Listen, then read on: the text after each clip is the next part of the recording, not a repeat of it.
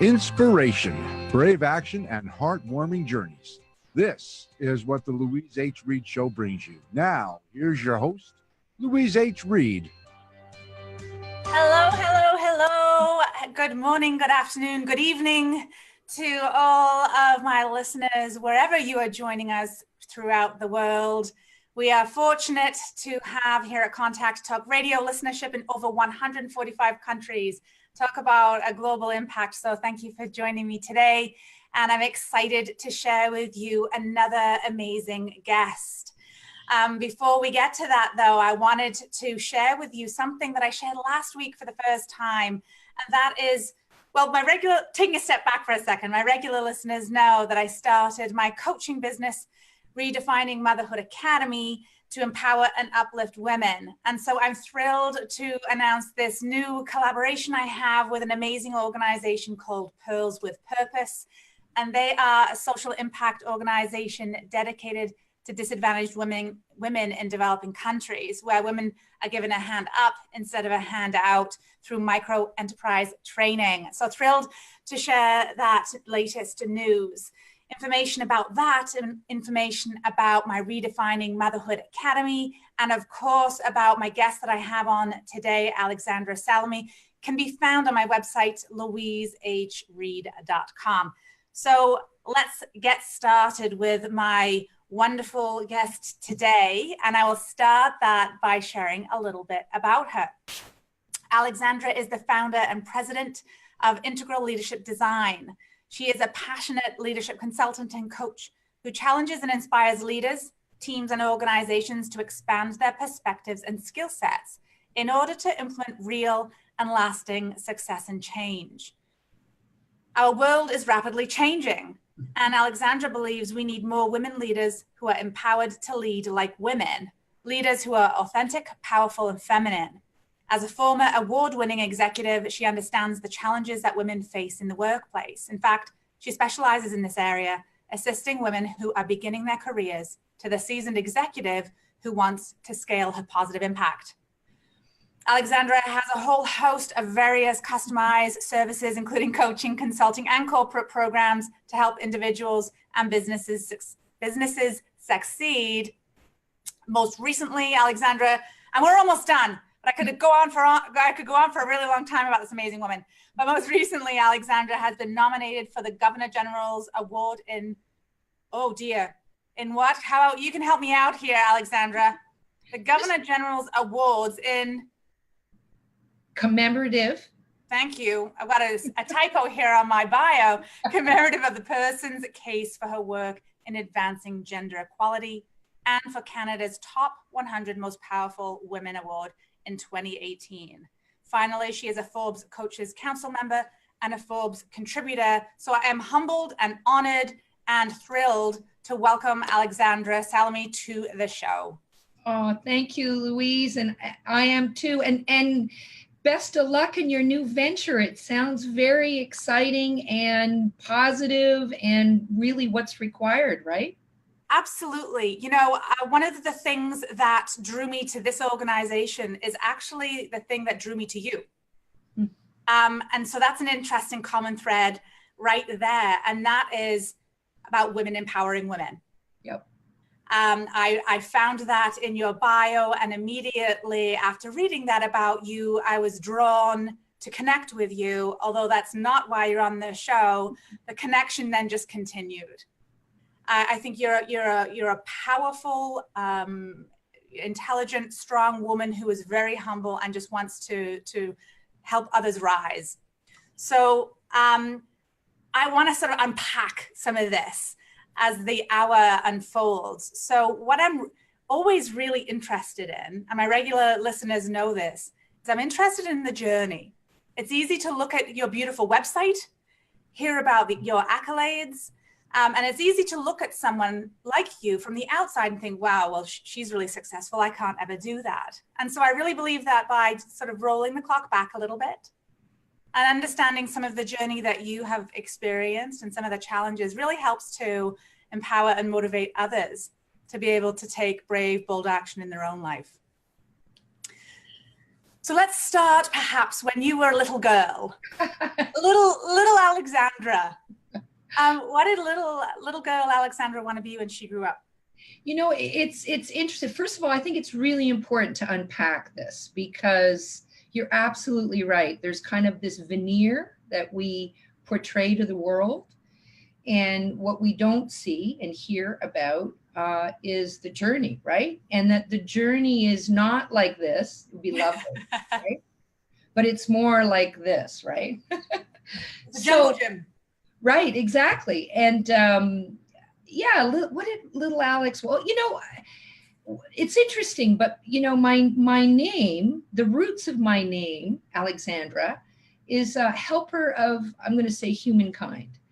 And I do believe that that's always been a common thread in my life is, call it a gift, call it what you want. I'm totally driven by that. Sometimes at my own expense, and we can talk more about that. But I would say it's, I was in Girl Guides and I did a lot of volunteer work as a kid and, went on into school and continued to do that as well. The interesting thing is, and from a career perspective, is I actually started my career as a social worker working with homeless folks on the street. And it's interesting because when I meet people who know what I do today and then think about the social work piece, they're like, wow, how did you get there from here? And that's the journey. The interesting thing, I think, though, is that they're actually not dissimilar. I mean, it's really about meeting people where they are, and either being able to broker what they need or provide what they need to live a beautiful life. And of course, the elements of that are different depending on where people are at. But the essence is the same, if you know what I mean. In terms Absolutely. Of my own journey,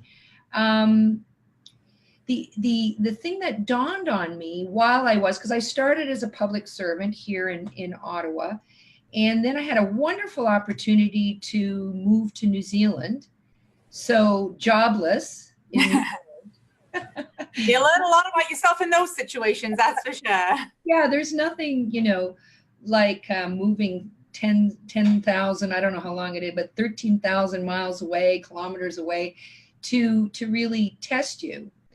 And it suddenly dawned on me, I'll never forget this, that I actually come from a family of entrepreneurs. And, I'm third generation of Greek heritage here, but I actually was one of the first people in my family to get a paycheck from somewhere else. So now here I was,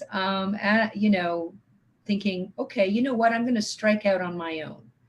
And so I started my entrepreneurial journey in a brand new land. And in many ways, thinking back, that was a great thing because you're really out of your comfort zone. Yeah.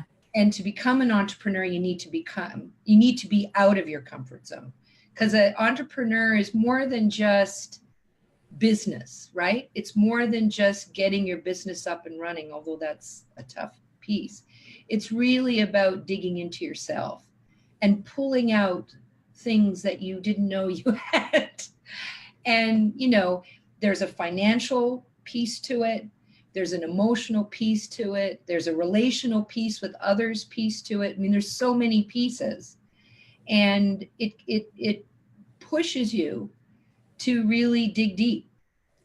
And and I've been on the planet a while, so I don't want to, bore you with all my details. It's not at all. There's so much juiciness in all of that. It's like, oh, where do I go first? And so one thing that the few things that I want to mention, one of the first is that when you were saying there's so much more about entrepreneurship than just the business. And interestingly, you and I just discovered that we are speaking at an event this upcoming Saturday, right. The same event. And I'm speaking about being your own boss. And I'm talking about two things that need to be mastered in order to be successful. as far as being your own boss. And one is master the mechanics, master the mindset. Yeah. So to your point, you can't do one without the other. You can't be successful without both of those being mastered. So I thought that was interesting that you mentioned that. Yeah, and absolutely. I think you're going to have tough days. You're going to have tough moments. I mean, there are days now as well where I wake up going, what do I think I'm doing?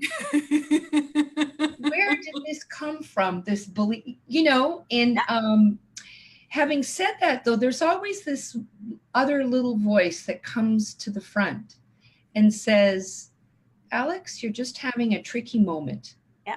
This is not the beginning of the end. This doesn't mean you're failing. And, I'm a big believer in those little mantras because they help to your point about mindsets. They help to shift you back, right? I'm going to interrupt you here because I think you're talking, if I may, because I think you're talking about something that's extremely important. Yes. Whether it's someone who's an entrepreneur, doesn't matter what you are in life. You are a human being wanting to have a fulfilling, purposeful, connected experience on this earth. What you're talking about matters. So could you talk to us a little bit, and I talk about this with my own coaching clients, but I want to hear your perspective, and I want the listeners to be able to hear your perspective on these sort of voices, these two voices that we have. And I think one of them we have to learn how to silence or quiet, turn the volume down. Talk to us a little bit about how you do that, how you make that choice to turn that one down so you can lean into these situations that will help you grow.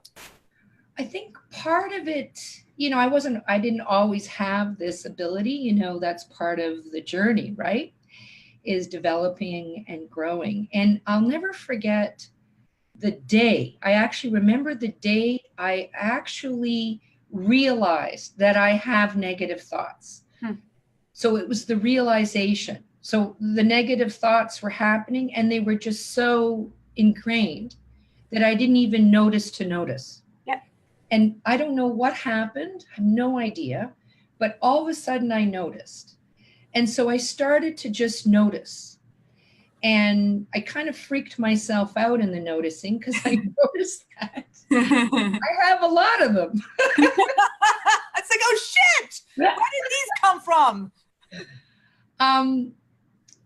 So I think it starts with noticing.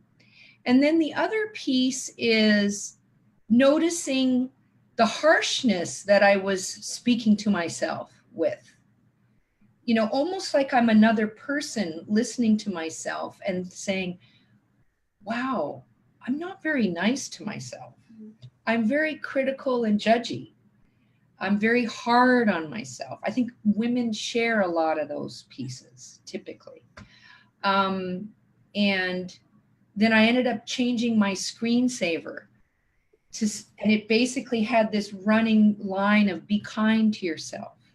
So that was kind of, if there was a step, the next step was to notice without judgment and to be kind.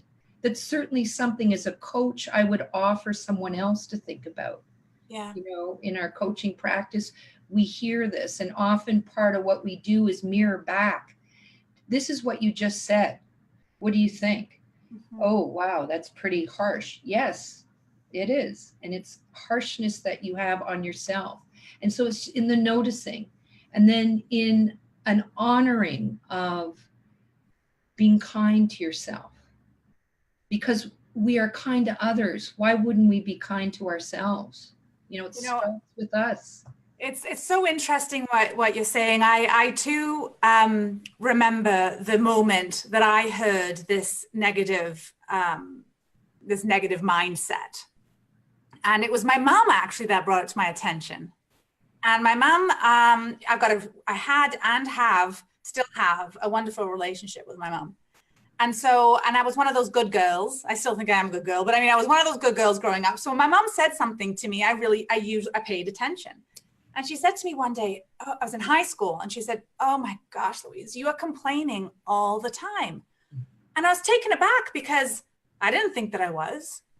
And so I'm like, okay. And so I just sat with it. To be honest, I was probably a little bit pissed off, but I didn't speak back to my mom. So that voice stayed an inside voice. And I got to school that day and I noticed everything that came out of my mouth was a complaint.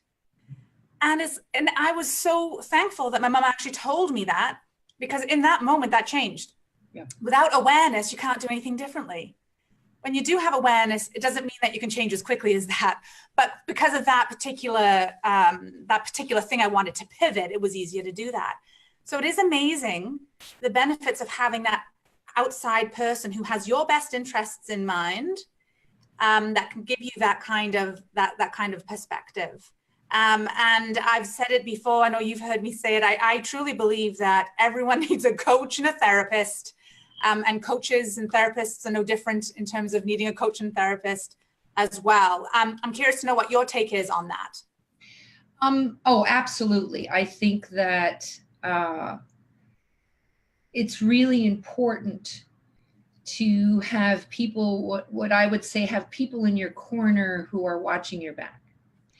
And I mean that in that they can hold up a mirror in a loving way, of course. It's about someone who, and again, it could be a friend as well.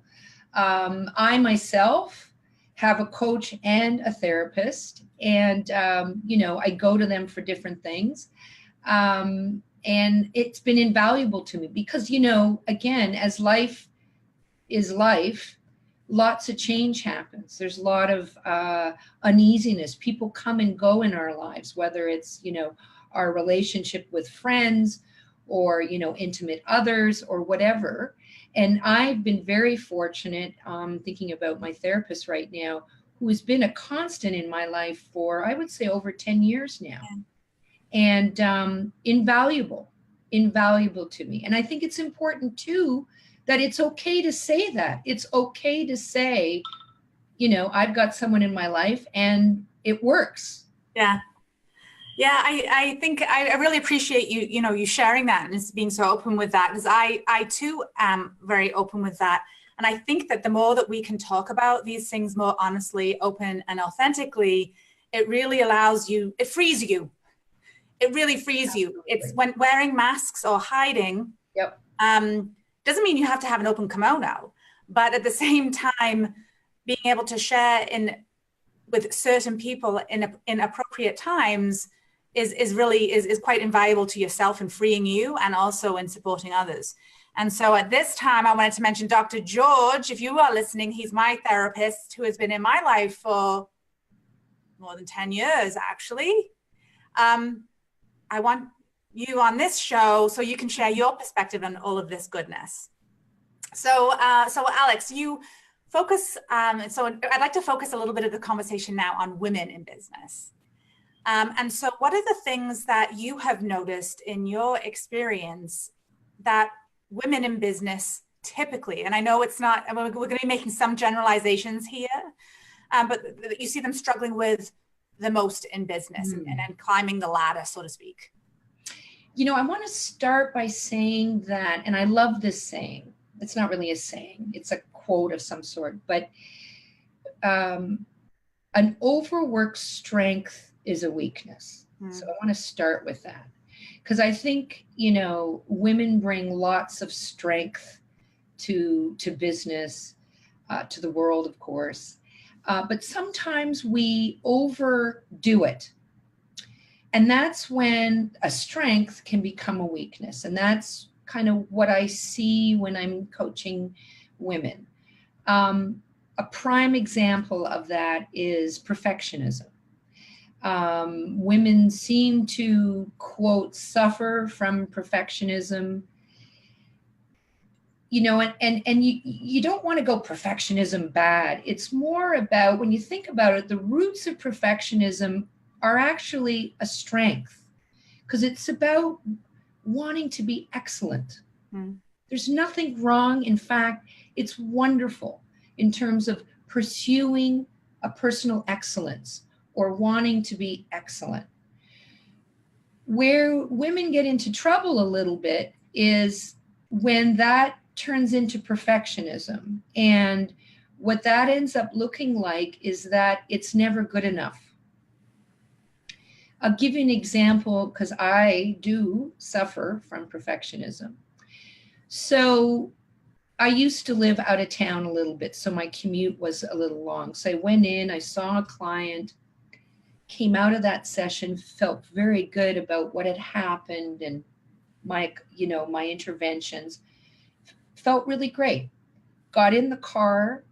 My commute's about 15 minutes long on the highway. By the time I got home, I was like, oh, I should have done this. And why didn't I say that? And oh, God, I should have known better. The event hadn't changed. Yep. But my perception going from, hey, that was great, I think I did some good here, to why didn't I do this in a 15-minute span? And part of that self-awareness piece we were talking about earlier, I started to notice that this happens all the time. This highway that I drive on goes from to, right? You should have some time-lapse photography or something of the 15-minute commute. Right? Yeah. So yeah, I would certainly say, perfectionism,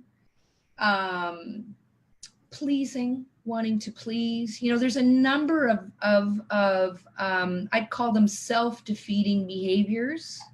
And again, in of itself, wanting to please is not a bad thing. In fact, it would be a really great world if everybody was oriented that way, right? I think everything is on a continuum, isn't it? Yes. You think of health in the same way. Exactly. Healthy eating, healthy exercise. Or unhealthy eating and exercise. It's all the same activity.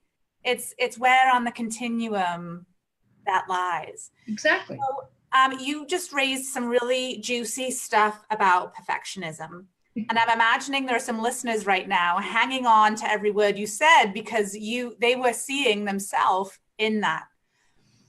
Recognizing that this is not a long show and recognizing that you're not speaking directly to that woman. But what guidance or first steps would you suggest once now they've got that awareness? Because they just heard you characterize themselves. So they're like, oh my goodness, I think that's me. What would you now say is like maybe the next first and second step that they could do towards making some pivot in that domain? So, I think it's still a little bit of, it's the next step is more about still awareness, but it's really tying the awareness to when does this kick in? Okay. So it's about tying it to specifics, because then we're getting to behavior, because it's behavior change that we're aiming for ultimately, right? So when does this perfectionism kick in? And again, doing it with positive regard for yourself, yes. Right? For the purpose of moving forward, not for the purpose of beating yourself up. Exactly. And so then it's saying, hey, I notice that this operates with me when I'm with these people or when I'm doing this activity. It's really trying to take that awareness and ground it into the moments in your life. It could be personal. Typically, these things are professional and personal in nature. And really trying, and this isn't so that you overwhelm yourself, but it's really about putting more, concretizing where does it come up? Once you've done that, then you want to do what I would call kind of mini experiments. The idea is to be playful with yourself a little bit. Thinking more from like a child, from a curiosity perspective, or like from a scientist. I'm researching myself, right, without judgment as much as you possibly can. Judgment comes, let it pass. And trying some little micro experiments. So, thinking about something specific, moving through it, and deciding that you're going to reflect back in a different way. Now, of course, those judgments are going to come up because this is something that lives with us for a long time, but to put them aside and fill it in more with some positive. This is about the pursuit of excellence, my personal excellence. I put my all into this. So what came out? What worked? oh yeah, this worked. This worked. Hey, this is great. My client said it was wonderful. This is great. And just keep sort of saying that to yourself. I think you have to run little mini experiments with yourself in a positive way. Yeah, I really like what you were saying as well about what went well, what, and examining that. While you might not go into too much detail about that, it's still the recognition that stuff really went well here. It reminds me of when I was getting a paycheck from a corporation a number of years ago. It was a fantastic organization here in Ottawa. It was NAV Canada, so it was a national organization. My boss at the time, every time I taught a session or facilitated an event, she would ask me, what are the 3 things that went really well? Oh, nice. Yeah, and that was the first. And at first, when she first became my boss, I actually couldn't. She would not let me go on to the what can you do better? What can you do differently next time? She wouldn't even let me go there until I'd said 3 things that I did really well. And so it was actually a really good check and balance to remind myself that I don't even let myself go there. We automatically go to the I should have done. We start shooting all over ourselves. Oh, yeah. Stop shooting on yourself.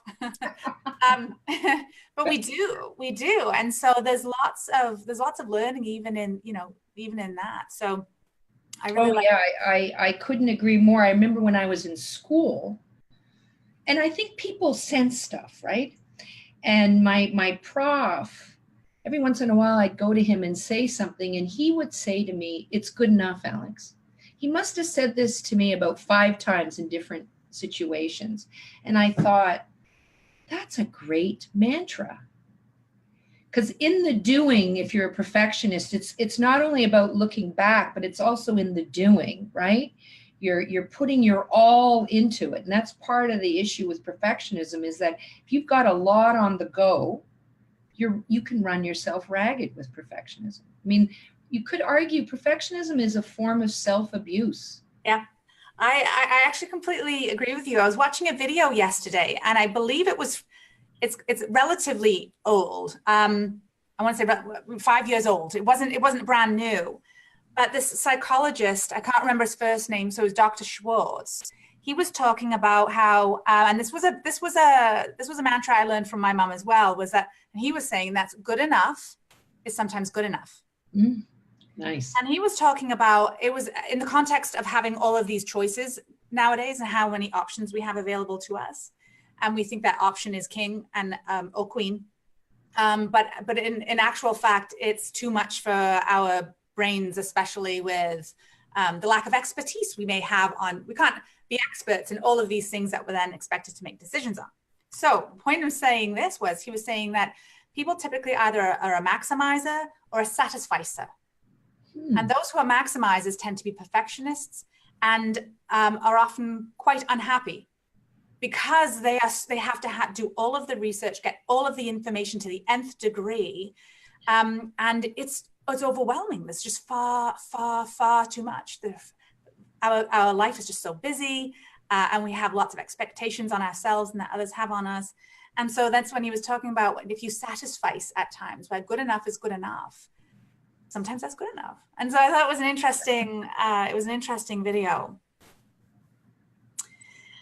So I imagine that you, throughout your life and your career to date, you've alluded to it a little bit already, that you have had support along the way. If there's a woman who's listening right now, who's particularly interested in finding a strong female mentor, what suggestions would you have for that individual? Oh my, I mean, mentoring is highly recommended. In terms of the qualities for mentors, part of it has to be shaped by what it is that you're looking for. Yeah. Right. And you can have different kinds of mentors, which I think in my women's coaching program, I talk about growing your tribe. And in that, we talk about the different types of needs that we have in terms of support. So, for instance, you could find a mentor who has a lot of industry expertise in the industry that you're working in.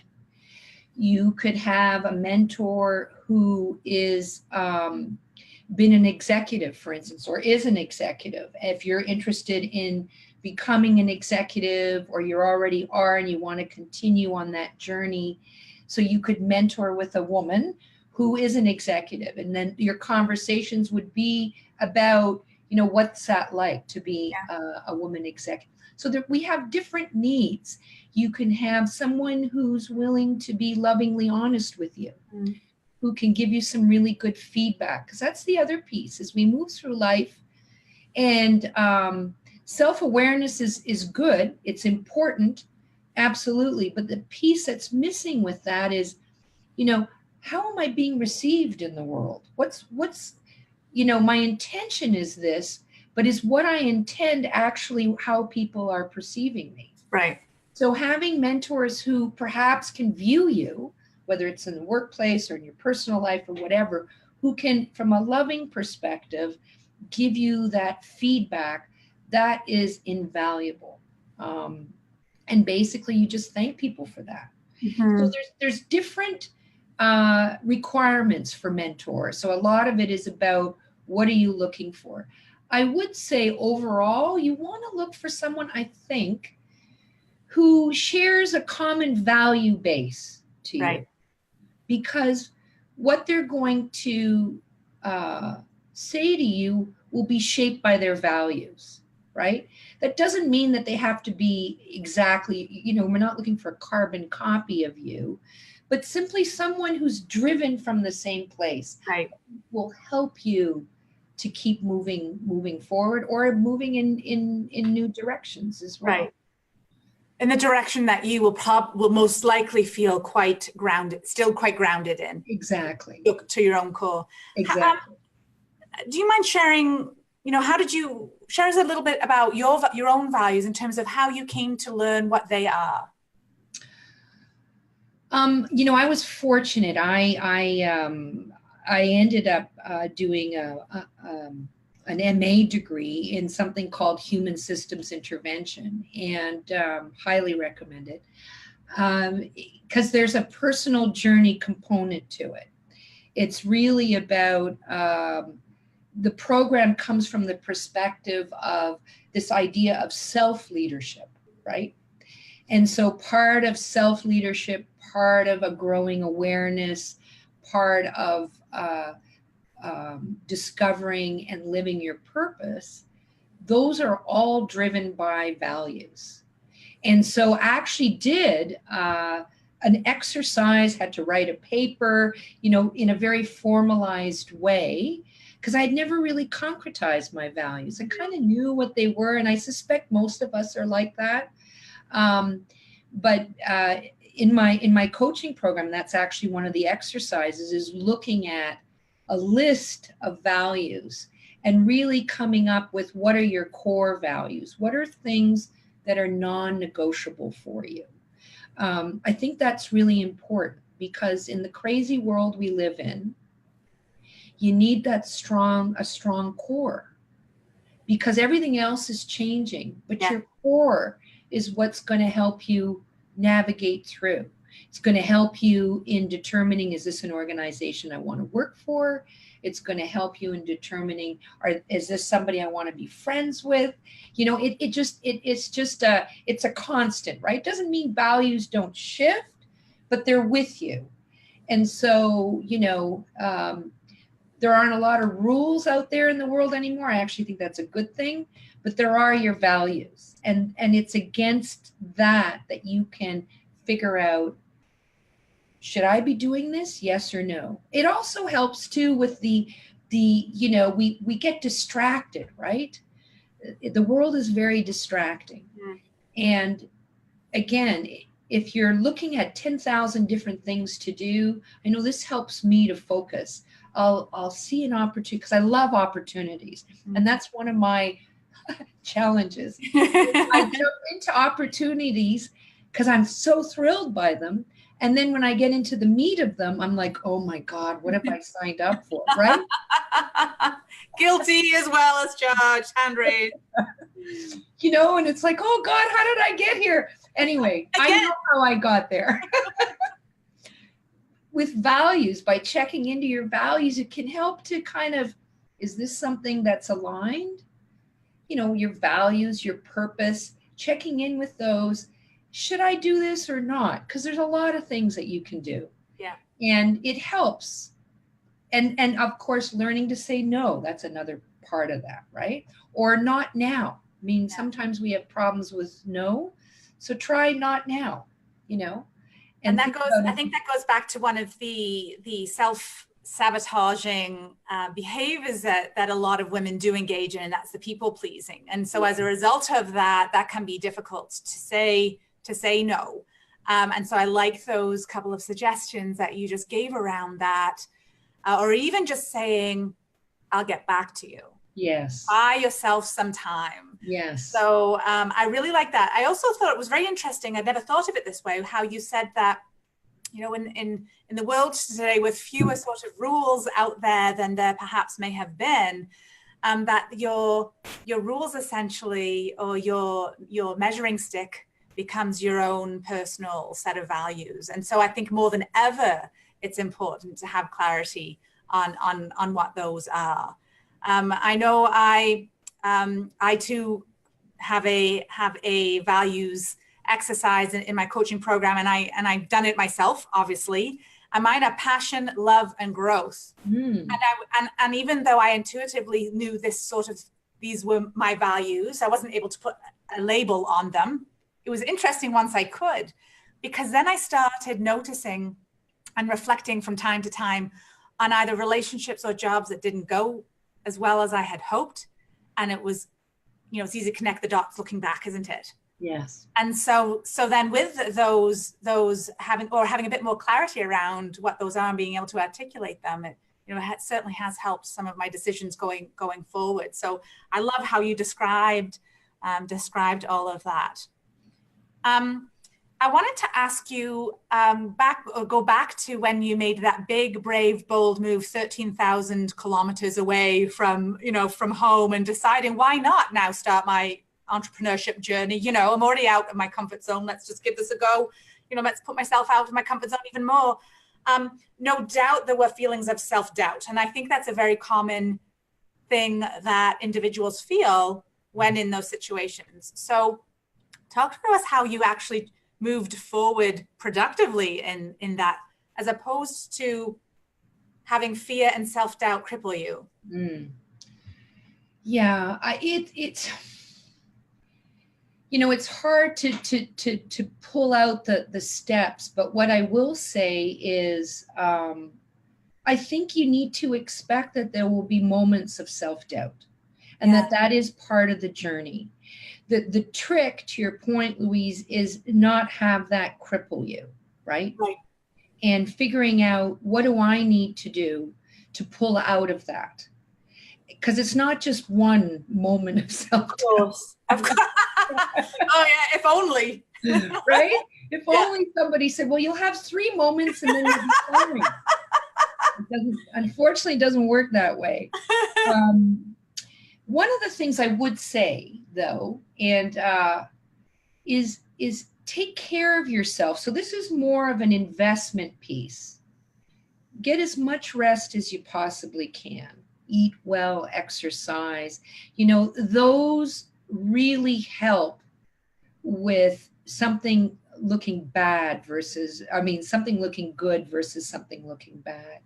I mean, I came to that the hard way. I tended to think of energy as boundless, and it is when you're younger. But as you walk more footsteps on the planet, you realize that that's not the case, and it really colors your judgment and your evaluation of where things are at. I think surrounding yourself by people who are supportive, that's a biggie. I would also say, I mean, you know, it's kind of an old-fashioned word, but perseverance is really important.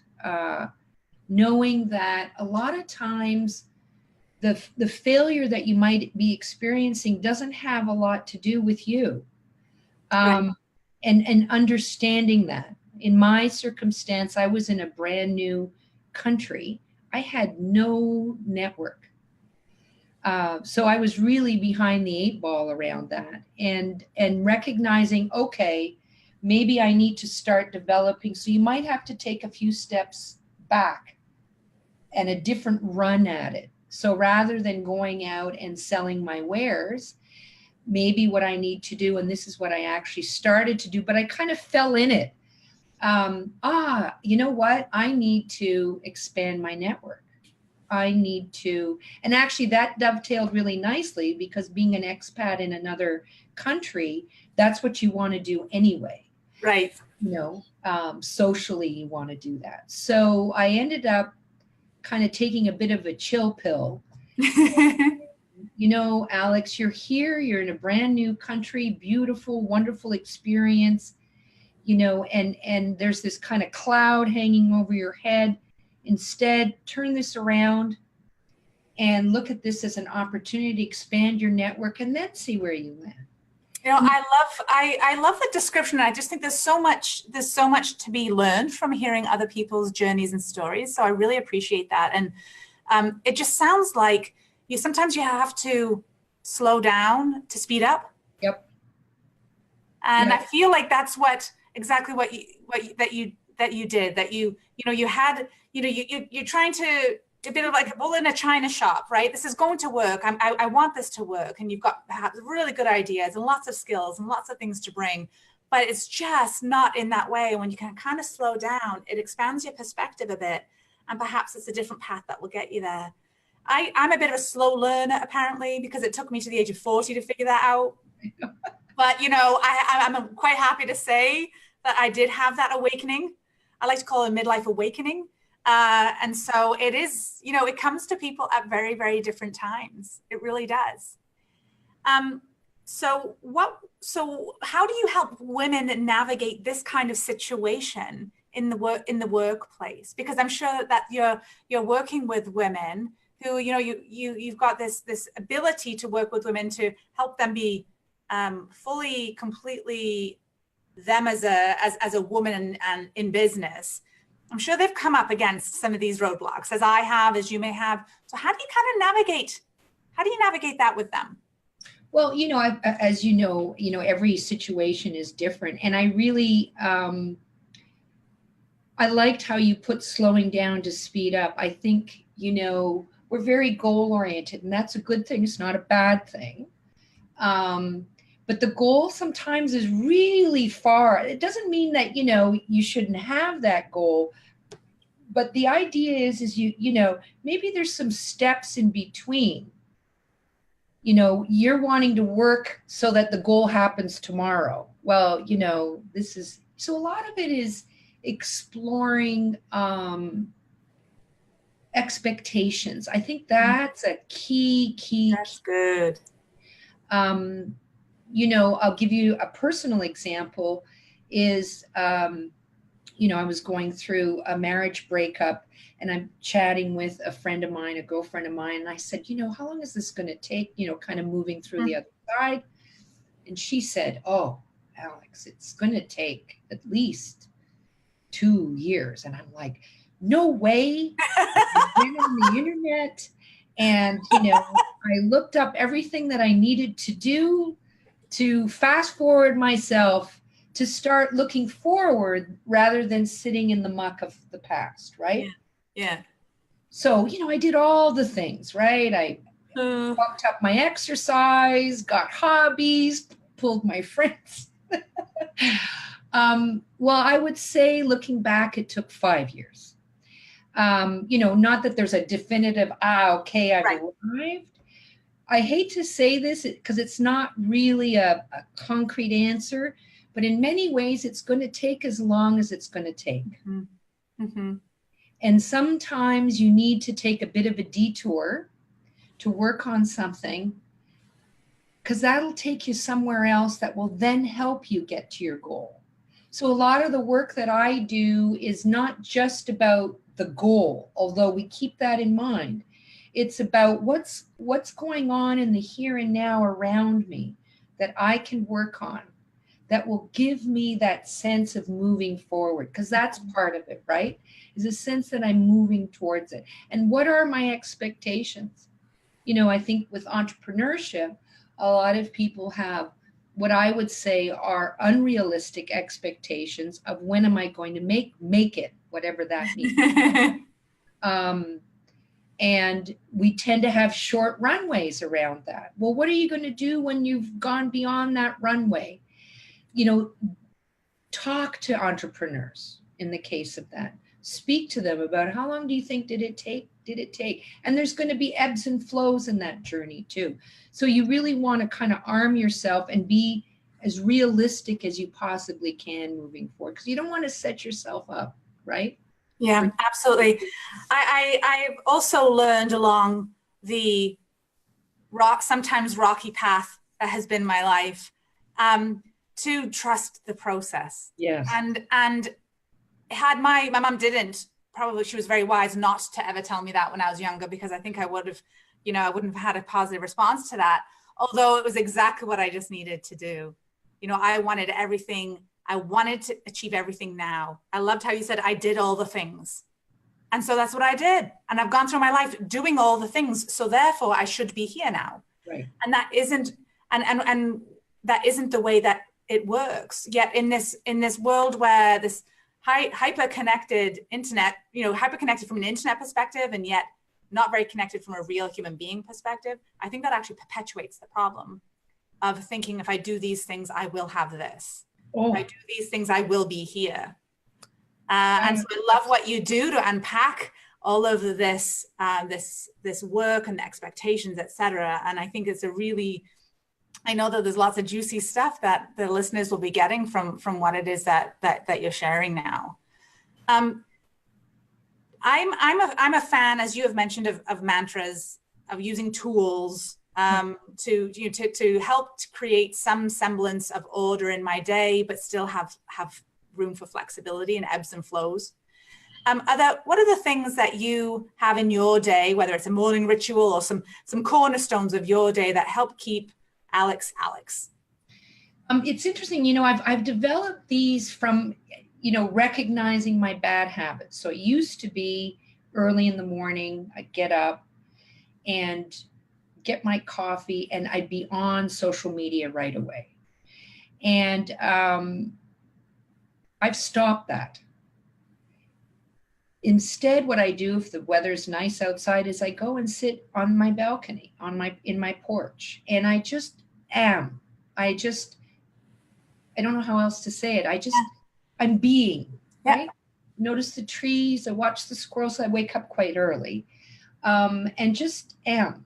I'm not operating, I'm just, whatever is happening. And perhaps it's somewhat of a form of meditation in some ways. I'm not, if a thought comes through, I'm not sort of working on the thought. I just let it go. And at first it was difficult to do that. Not easy, right? Not.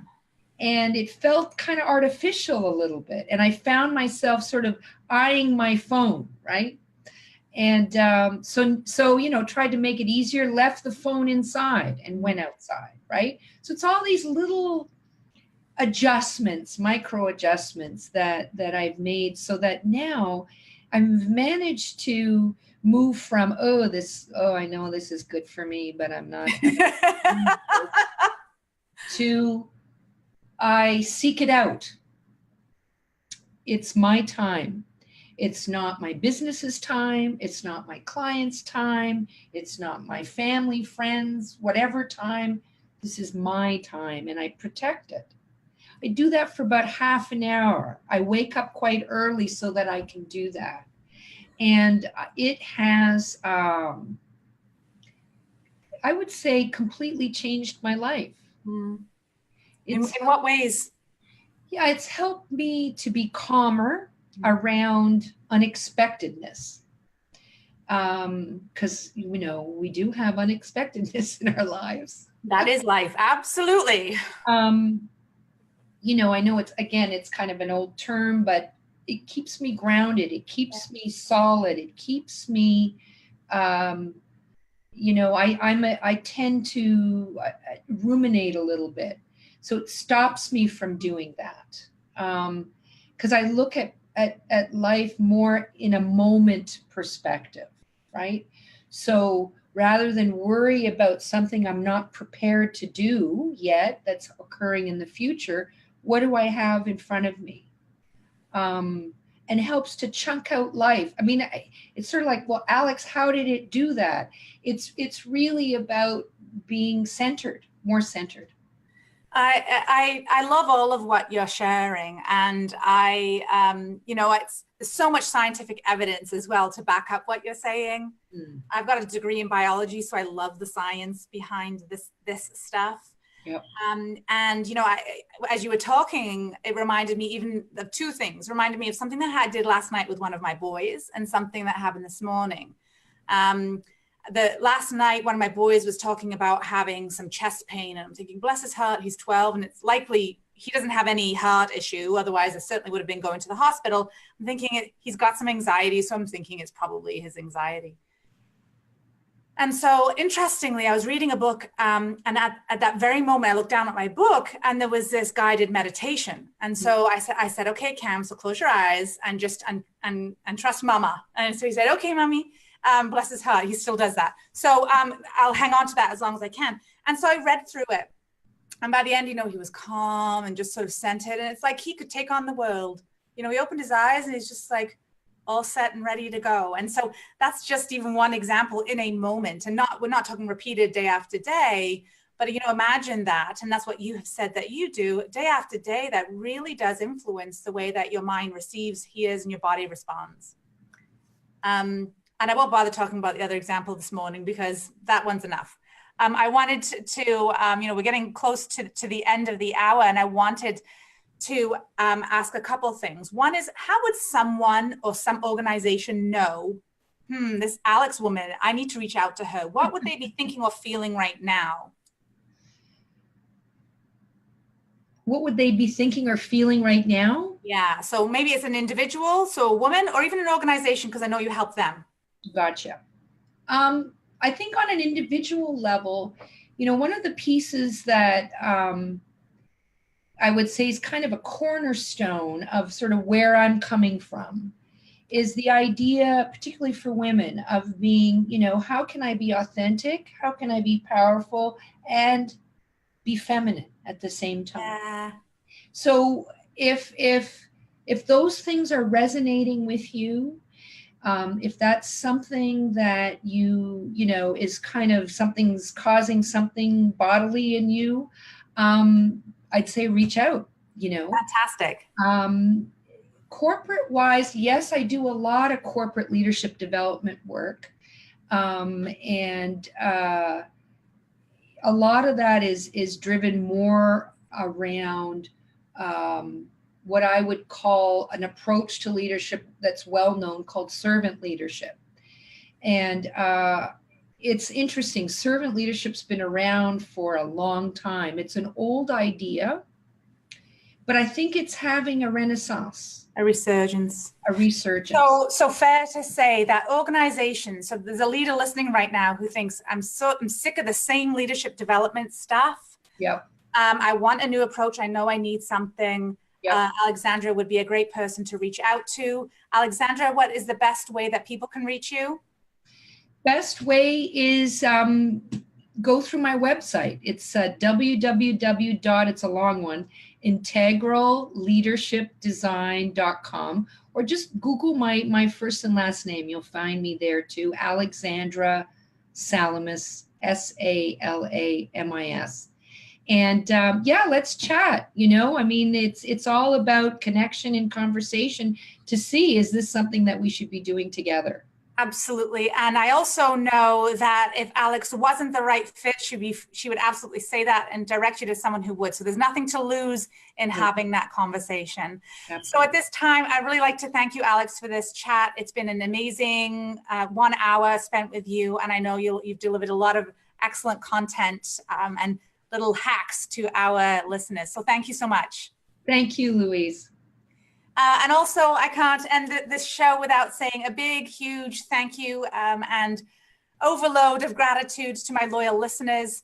For more information about my Redefining Motherhood Academy, as well as Alexandra and how you can reach her, please visit my website, louisehreed.com. And also a big shout out, as always, to my producer, Cameron Steele at Contact Talk Radio. And finally, I'm here each week, Tuesday at this time, to showcase people who are taking brave, bold action and whose actions have a positive impact in our world. With that said, I'd like to encourage you all to be brave, be bold, and be happy.